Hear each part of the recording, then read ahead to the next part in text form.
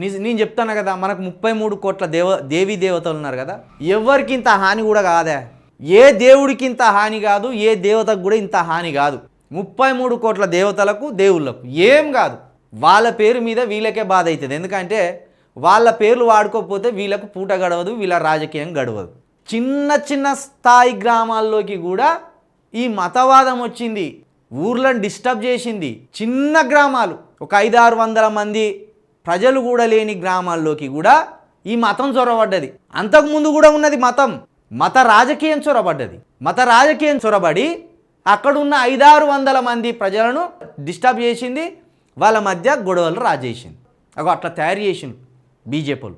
కాబట్టి బీజేపీ అనేది మతాన్ని ముందు పెట్టుకొని ఆ మత విశ్వాసాలను కలిగి ఉన్న ప్రజలను ఎప్పటికప్పుడు భావోద్వేగంలోకి నెట్టేసి అందులోకి వెళ్ళి వీళ్ళకు అనుగుణంగా మన దేవుళ్ళకి ఏదో అయిపోతుంది, మన దేవుళ్ళకి ఏదో అయిపోతుంది అని ఒక భావోద్వేగపూరితమైన బ్యాచ్ ఉంటుంది కదా, ఆ బ్యాచ్ ఓట్లను వాడుకుంటాను అన్నట్టు. కానీ తెలంగాణలో అంత పిచ్చి స్థాయిలో లేరు ఎవరు జనాలు.